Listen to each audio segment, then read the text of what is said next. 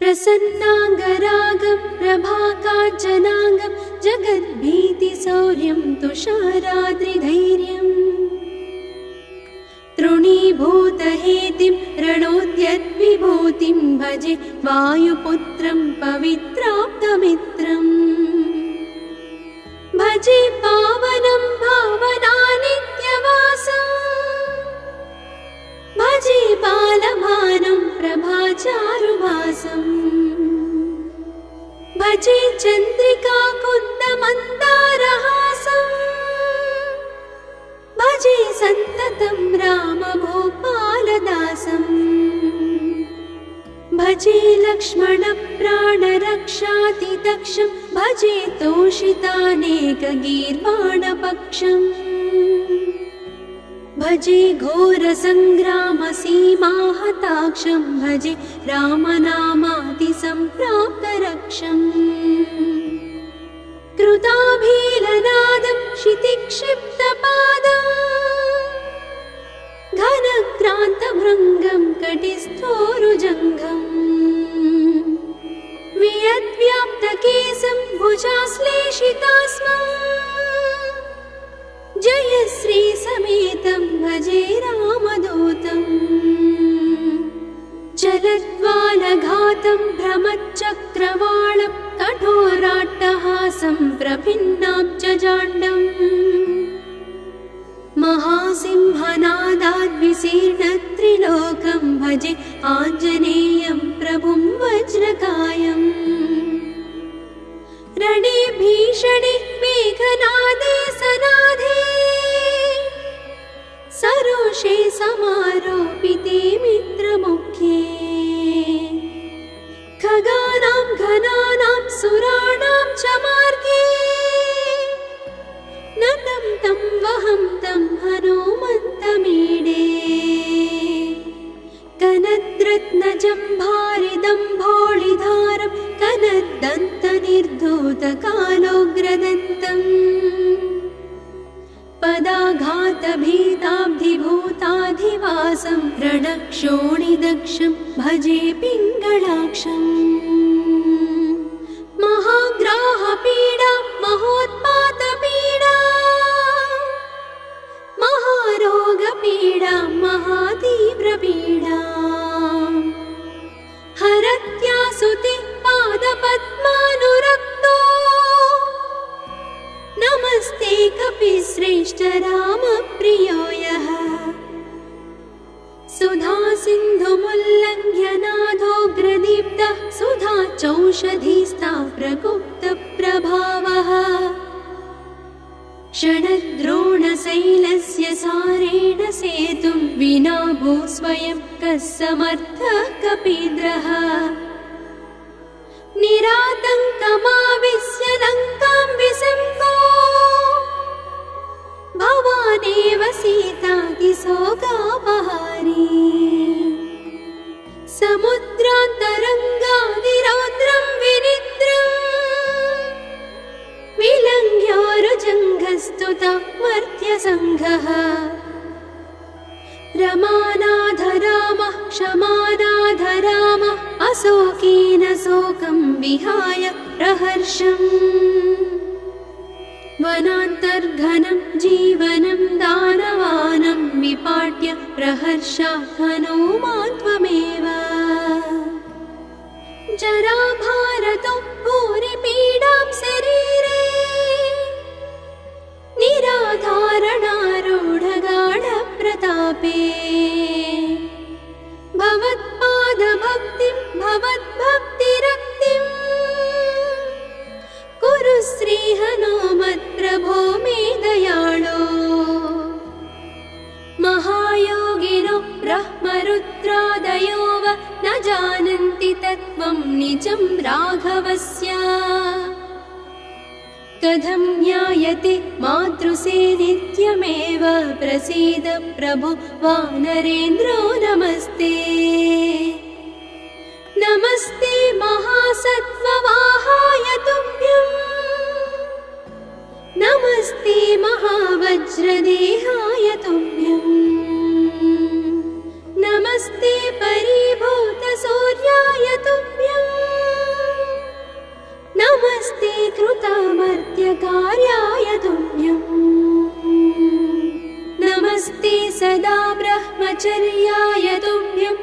नमस्ते सदा वायुपुत्राय तुभ्यम्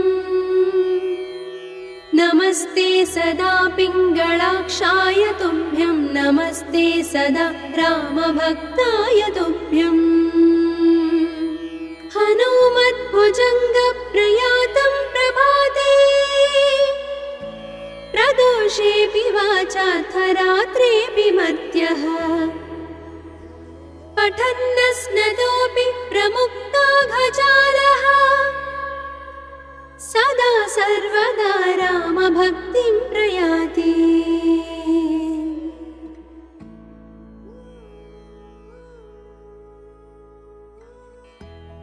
प्रसन्नाङ्गरागं प्रभाकाञ्चनाङ्गं जगद्भीतिशौर्यं तुषाराद्रिधैर्यम्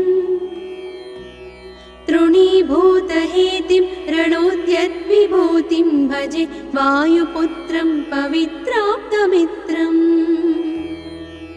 भजे पावनं भावनानित्यवासम् भजे बालभानुं प्रभाचारुभासम् भजे चन्द्रिका कुन्दमन्दारहासम् भजे सन्ततं रामभूपालदासम् भजे लक्ष्मणप्राणरक्षातिदक्षं भजे तोषितानेकगीर्वाणपक्षम् भजे घोरसङ्ग्रामसीमाहताक्षं भजे रामनामातिसम्प्राप्तरक्षम् कृताभीलनादं क्षितिक्षिप्तपादम् घनक्रान्तभृङ्गं कटिस्थोरुजङ्घम् वियद्व्याप्तकेशं भुजाश्लेषितास्मम् जयश्रीसमेतं भजे रामदूतम् चलद्वालघातं भ्रमच्चक्रवालं कठोराट्टहासं प्रभिन्नाब्जजाण्डम् महासिंहनादाद्विशीर्णत्रिलोकं भजे आञ्जनेयं प्रभुं वज्रकायम् रणे भीषणे मेघनादे सनाधे सरोषे समारोपिते मित्रमुख्ये खगानां घनानां सुराणां च मार्गे नतं तं वहं तं हनुमन्तमीडे कनद्रत्नजम्भारिदम्भोळिधारं कनद्दन्तनिर्धूतकालोग्रदन्तम् पदाघातभीताब्धिभूताधिवासं रणक्षोणिदक्षं भजे पिङ्गलाक्षम् महाग्राहपीडा महोत्पातपीडा महारोगपीडा महातीव्रपीडा हरत्यासुते पादपद्मानुरक्तो नमस्ते कपिश्रेष्ठ रामप्रियो यः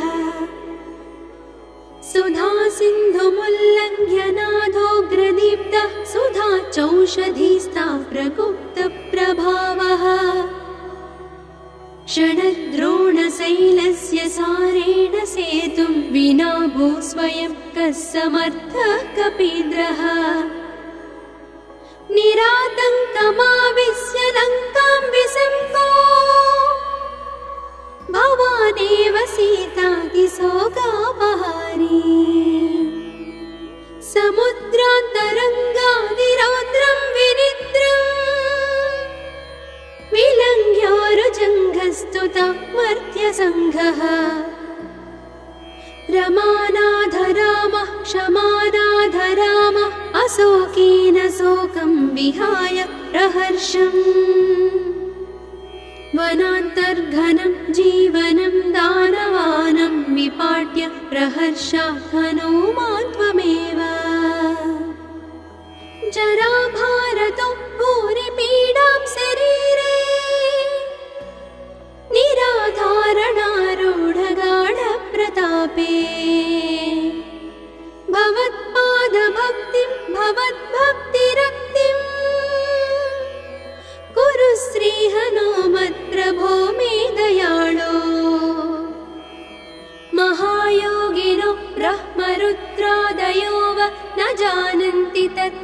निजं राघवस्य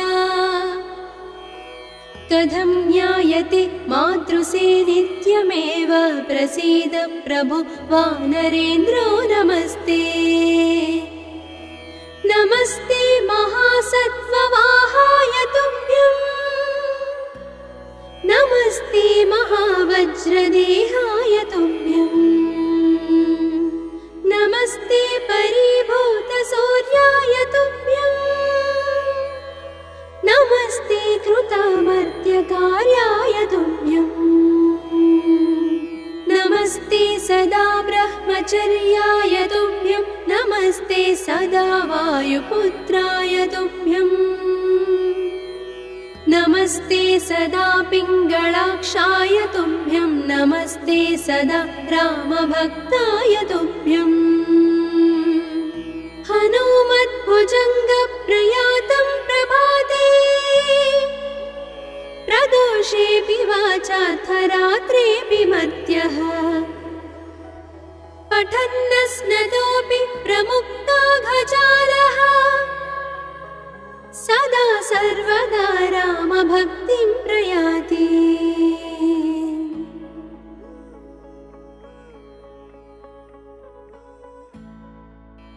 प्रसन्नाङ्गरागं प्रभाकाञ्चनाङ्गं जगद्भीतिशौर्यं तुषाराद्रिधैर्यम् तृणीभूतहेतिं रणोद्यद्विभूतिं भजे वायुपुत्रं पवित्राप्तमित्रम् भजे पावनं भावनानित्यवासम्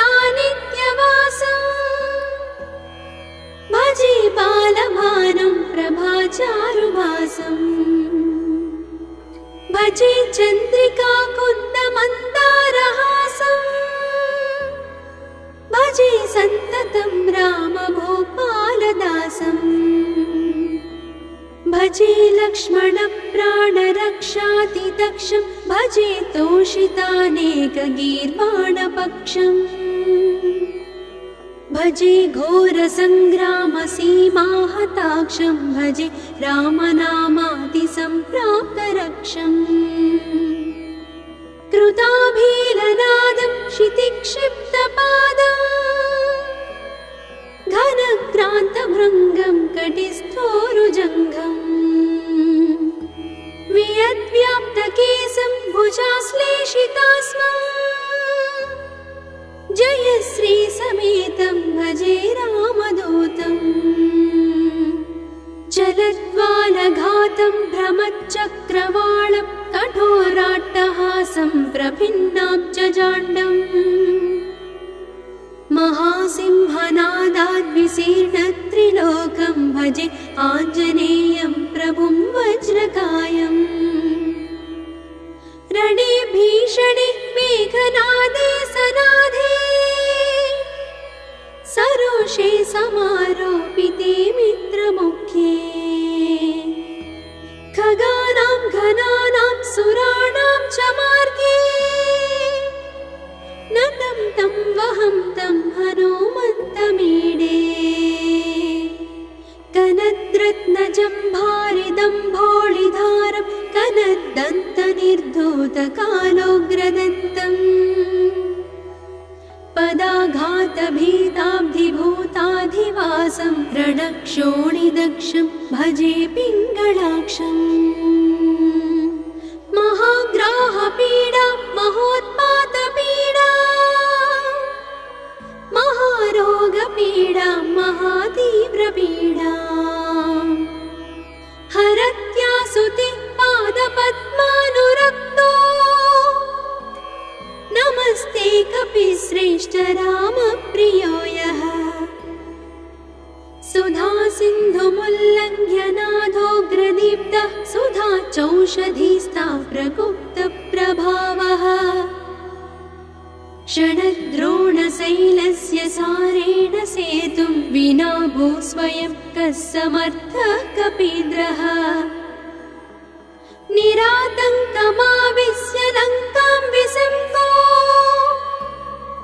भवानेव सीतातिशोकापहारी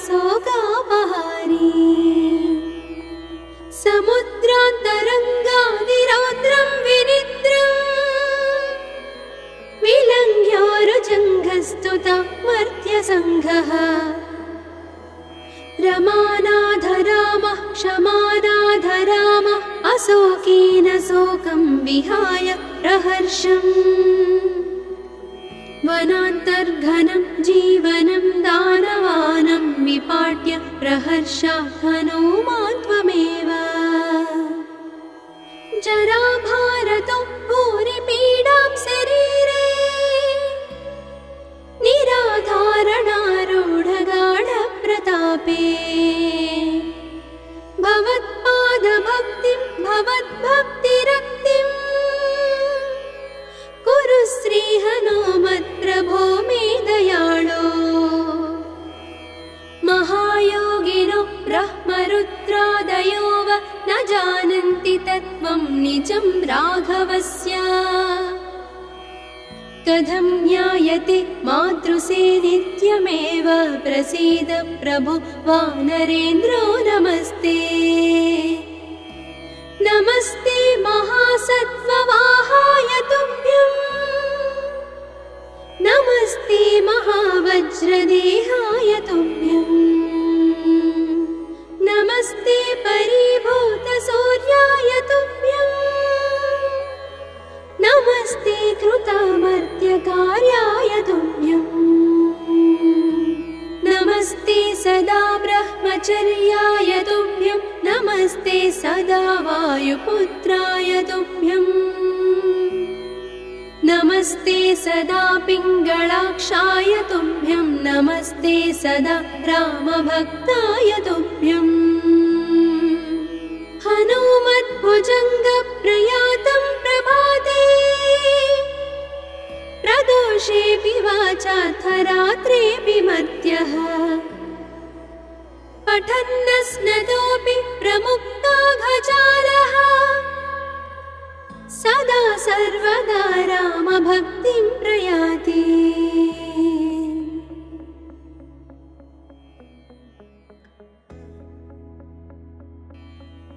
प्रसन्नाङ्गरागं प्रभाकाञ्चनाङ्गं जगद्भीतिशौर्यं तुषाराद्रिधैर्यम् तृणीभूतहेतिं रणोद्यद्विभूतिं भजे वायुपुत्रं पवित्राप्तमित्रम् भजे पावनं भावनानित्यवासम्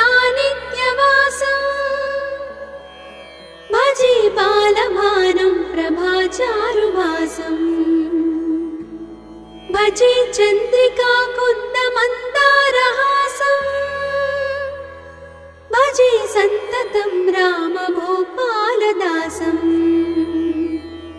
भजे लक्ष्मणप्राणरक्षातिदक्षं भजे तोषितानेकगीर्वाणपक्षम्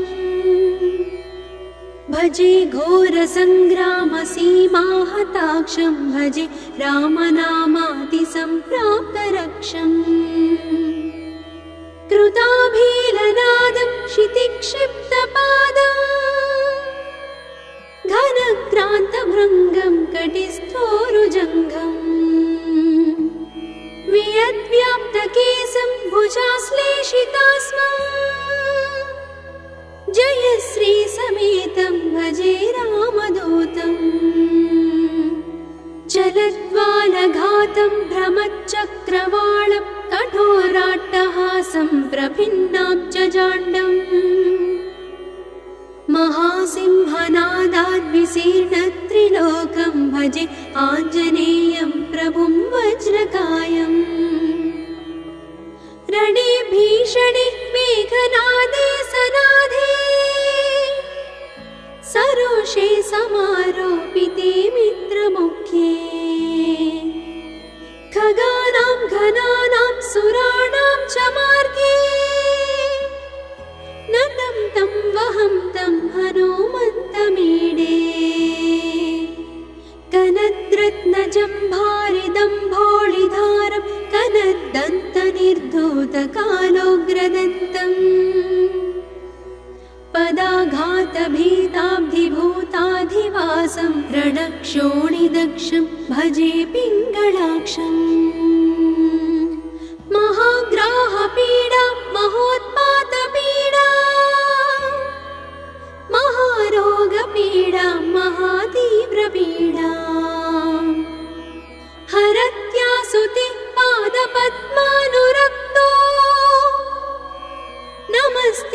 सर्वेऽपि श्रेष्ठ रामप्रियो यः सुधा सिन्धुमुल्लङ्घ्य नादोग्रदीप्तः सुधा चौषधीस्ता प्रगुप्तप्रभावः षडद्रोणशैलस्य सारेण सेतुं विना भू स्वयं कः समर्थः कपीन्द्रः निरातङ्कमाविश्य लङ्कां विसम्पो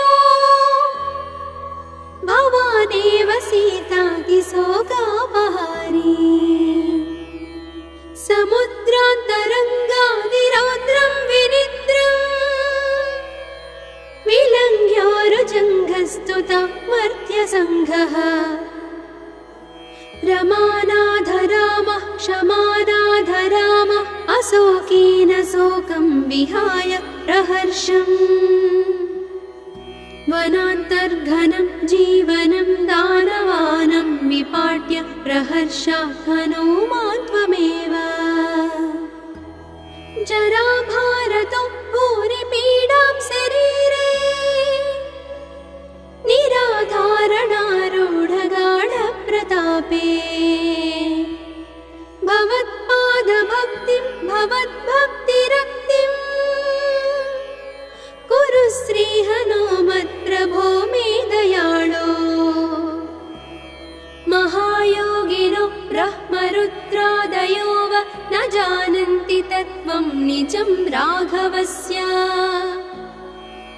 कथं ज्ञायते मातृसेनित्यमेव प्रसीद प्रभो वानरेन्द्रो नमस्ते नमस्ते महासत्त्ववाहाय तुभ्यं नमस्ते महावज्रदेहाय तुभ्यं नमस्ते परिभूतसूर्याय तुभ्यं नमस्ते कृतामर्त्यकार्याय तुभ्यं नमस्ते सदा ब्रह्मचर्याय तुभ्यं नमस्ते सदा वायुपुत्राय तुभ्यं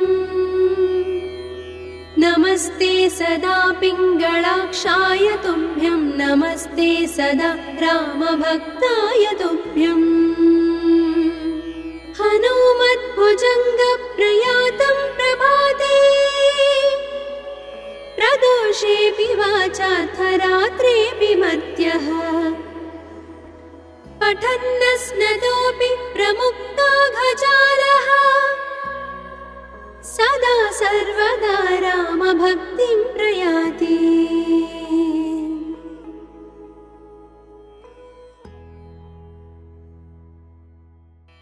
प्रसन्नाङ्गरागं प्रभाकाञ्चनाङ्गं जगद्भीतिशौर्यं तुषाराद्रिधैर्यम् तृणीभूतहेतिं रणोद्यद्विभूतिं भजे वायुपुत्रं पवित्राप्तमित्रम् भजे पावनं भावनानित्यवासम् भजे बालभानुं प्रभाचारुभासम्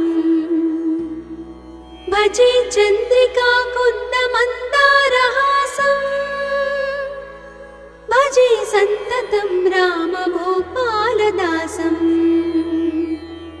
भजे लक्ष्मणप्राणरक्षातिदक्षं भजे तोषितानेकगीर्वाणपक्षम् भजे घोरसङ्ग्रामसीमाहताक्षं भजे रामनामातिसम्प्राप्तरक्षम् कृताभीलनादं क्षितिक्षिप्तपादम् घनक्रान्तभृङ्गं कटिस्थोरुजङ्घम् वियद्व्याप्तकेशं भुजाश्लेषितास्मम् जयश्री समेतं भजे रामदूतम् चलद्वालघातं भ्रमच्चक्रवालं कठोराट्टहासं प्रभिन्नाब्जजाण्डम् महासिंहनादाद्विशीर्णत्रिलोकं भजे आञ्जनेयं प्रभुं वज्रकायम् रणे भीषणे मेघनादे सनादे पाशे समारोपिते मित्रमुख्ये खगानां घनानां सुराणां च मार्गे नतं तं वहं तं हनुमन्तमीडे कनद्रत्नजम्भारिदम्भोळिधारं कनद्दन्तनिर्धूतकालोग्रदन्तम् पदाघातभीताब्धिभूताधिवासं रणक्षोणिदक्षं भजे पिङ्गळाक्षम् महाग्राहपीडा महोत्पातपीडा महारोगपीडा महातीव्रपीडा हरत्यासुते पादपद्मानुरक्तो नमस्ते कपिश्रेष्ठ रामप्रियो यः सुधा सिन्धुमुल्लङ्घ्य नाथोग्रदीप्तः सुधा चौषधीस्था प्रगुप्तप्रभावः षडद्रोणशैलस्य सारेण सेतुं विना भूस्वयं कः समर्थः कपीन्द्रः निरातङ्कमाविश्य लङ्कां विसङ्गो भवानेव सीतातिशोकापहारी समुद्रान्तरङ्गादिरौद्रं विनिद्रम् विलङ्घ्योरुजङ्घस्तुता मर्त्यसङ्घः रमानाधरामः क्षमानाधरामः अशोकेन शोकं विहाय प्रहर्षम् वनान्तर्घनं जीवनं दानवानं विपाट्य प्रहर्षात् हनुमान् त्वमेव जराभारतो भूरिपीडां शरीरे निराधारणारूढगाढप्रतापे भवत्पादभक्तिं भवद्भक्तिरक्तिं कुरु श्रीहनुमत्प्रभो मे दयाळो महायोगिनो ब्रह्मरुद्रादयो वा न जानन्ति तत्त्वं निजं राघवस्य कथं ज्ञायते मातृसे नित्यमेव प्रसीद प्रभो वानरेन्द्रो नमस्ते नमस्ते महासत्त्ववाहाय तुभ्यं नमस्ते महावज्रदेहाय तुभ्यं नमस्ते परिभूतसूर्याय तुभ्यं नमस्ते कृतामर्त्यकार्याय तुभ्यं नमस्ते सदा ब्रह्मचर्याय तुभ्यं नमस्ते सदा वायुपुत्राय तुभ्यं नमस्ते सदा पिङ्गळाक्षाय तुभ्यं नमस्ते सदा रामभक्ताय तुभ्यं हनुमद्भुजङ्गप्रयातं प्रभाते प्रदोषेऽपि वाचाथ रात्रेऽपि मर्त्यः पठन्नस्नतोऽपि प्रमुक्ताघजालः सदा सर्वदा रामभक्तिं प्रयाति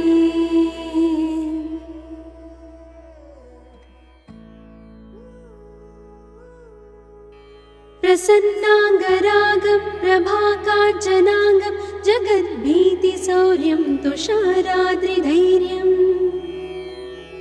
तृणीभूतहेतिं रणोद्यद्विभूतिं भजे वायुपुत्रं पवित्राप्तमित्रम्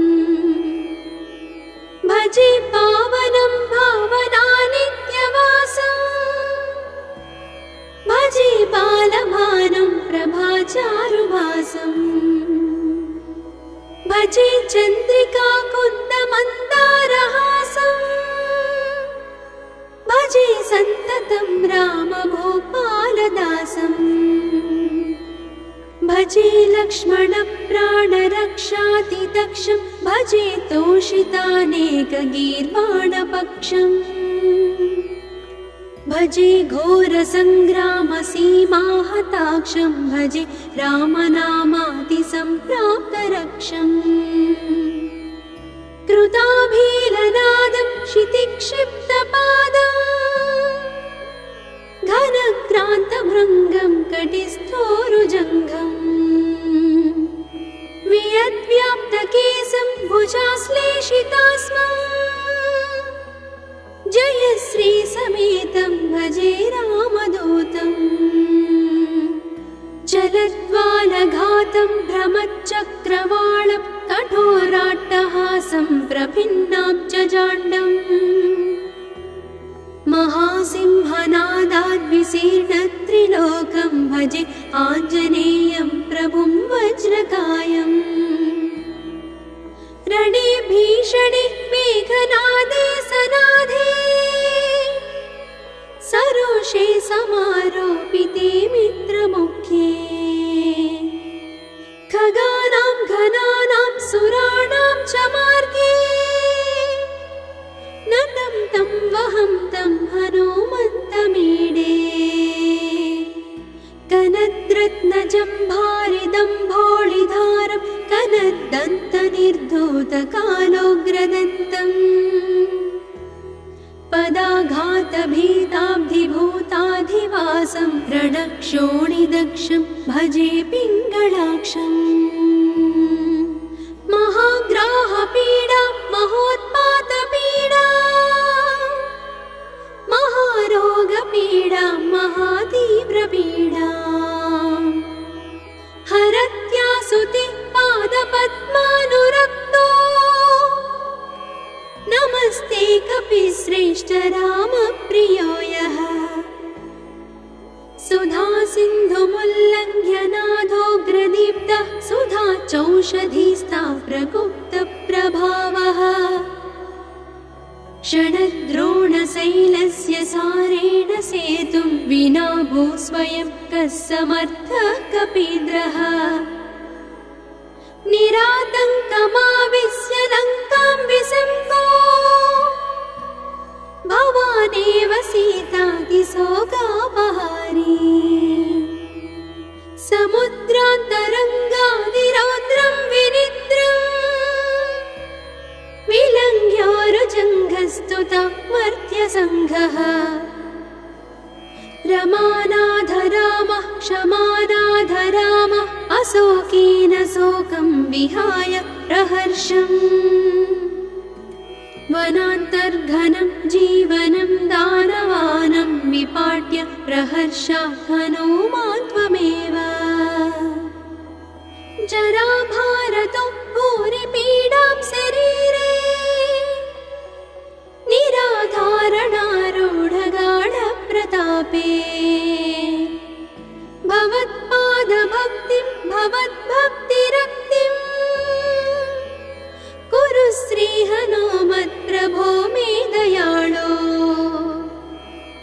महायोगिनो ब्रह्मरुद्रादयो वा न जानन्ति तत्त्वं निजं राघवस्य कथं ज्ञायते मातृसे नित्यमेव प्रसीद प्रभो वानरेन्द्रो नमस्ते नमस्ते महासत्त्ववाहाय तुभ्यं नमस्ते महावज्रदेहाय तुभ्यं नमस्ते परिभूतसूर्याय तुभ्यं नमस्ते कृतामर्त्यकार्याय तुभ्यं नमस्ते सदा ब्रह्मचर्याय तुभ्यं नमस्ते सदा वायुपुत्राय तुभ्यं नमस्ते सदा पिङ्गळाक्षाय तुभ्यं नमस्ते सदा रामभक्ताय तुभ्यं हनुमद्भुजङ्गप्रयातं प्रभाते प्रदोषेऽपि वाचाथ रात्रेऽपि मर्त्यः पठन्नस्नतोऽपि प्रमुक्ताघजालः सदा सर्वदा रामभक्तिं प्रयाति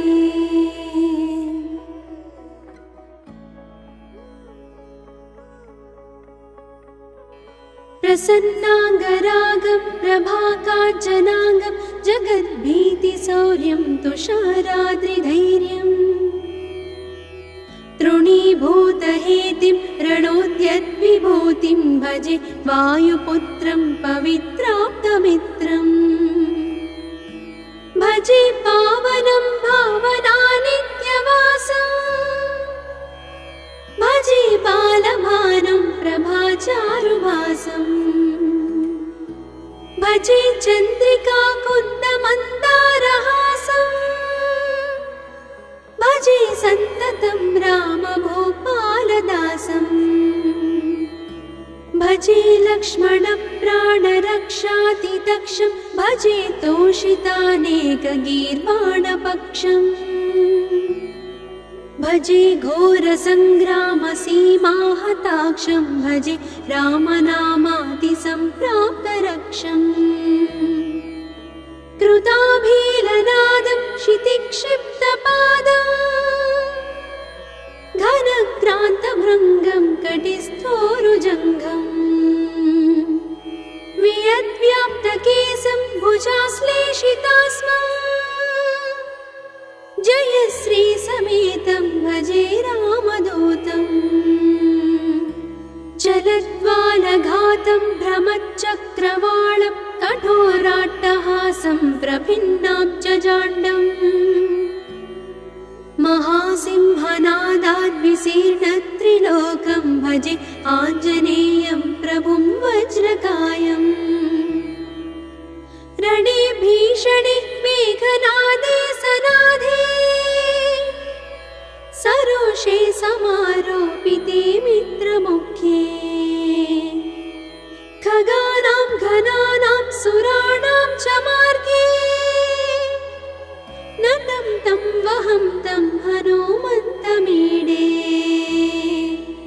कनद्रत्नजम्भारिदम्भोळिधारं कनद्दन्तनिर्धूतकालोग्रदन्तम् पदाघातभीताब्धिभूताधिवासं रणक्षोणिदक्षं भजे पिङ्गळाक्षम् महाग्राहपीडा महोत्पातपीडा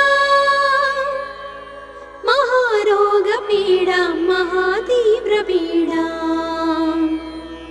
हरत्यासुते पादपद्मानुरक्तो नमस्ते कपिश्रेष्ठ रामप्रियो यः सुधासिन्धुमुल्लङ्घ्य नाथोग्रदीप्तः सुधाचौषधीस्ता प्रगुप्तप्रभावः षडद्रोणशैलस्य सारेण सेतुं विना भूस्वयं कः समर्थः कपीन्द्रः निरातङ्कमाविश्य लङ्कां विसम्पो भवानेव सीतातिशोकापहारी समुद्रान्तरङ्गादिरौद्रं विनिद्रम् विलङ्घ्योरुजङ्घस्तुता मर्त्यसङ्घः रमानाथ रामः क्षमानाथ रामः अशोकेन शोकं विहाय प्रहर्षम् वनान्तर्घनं जीवनं दानवानं विपाट्य प्रहर्षात् हनुमान् त्वमेव जराभारतो भूरिपीडां शरीरे निराधारणारूढगाढप्रतापे भवत्पादभक्तिं भवद्भक्तिरक्तिं कुरु श्रीहनुमत्प्रभो मे दयाळो महायोगिनो ब्रह्मरुद्रादयो वा न जानन्ति तत्त्वं निजं राघवस्य कथं ज्ञायते मातृसे नित्यमेव प्रसीद प्रभो वानरेन्द्रो नमस्ते नमस्ते महासत्त्ववाहाय तुभ्यं नमस्ते महावज्रदेहाय तुभ्यं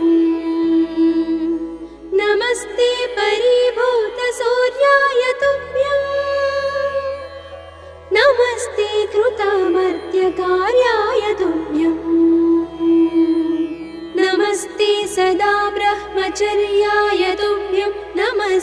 सदा वायुपुत्राय तुभ्यम् नमस्ते सदा पिङ्गलाक्षाय तुभ्यं नमस्ते सदा रामभक्ताय तुभ्यम् हनुमद्भुजङ्गप्रयातं प्रभाते प्रदोषेऽपि वाचाथ रात्रेऽपि मर्त्यः पठन्नस्नतोऽपि प्रमुक्ताघजालः सदा सर्वदा रामभक्तिं प्रयाति।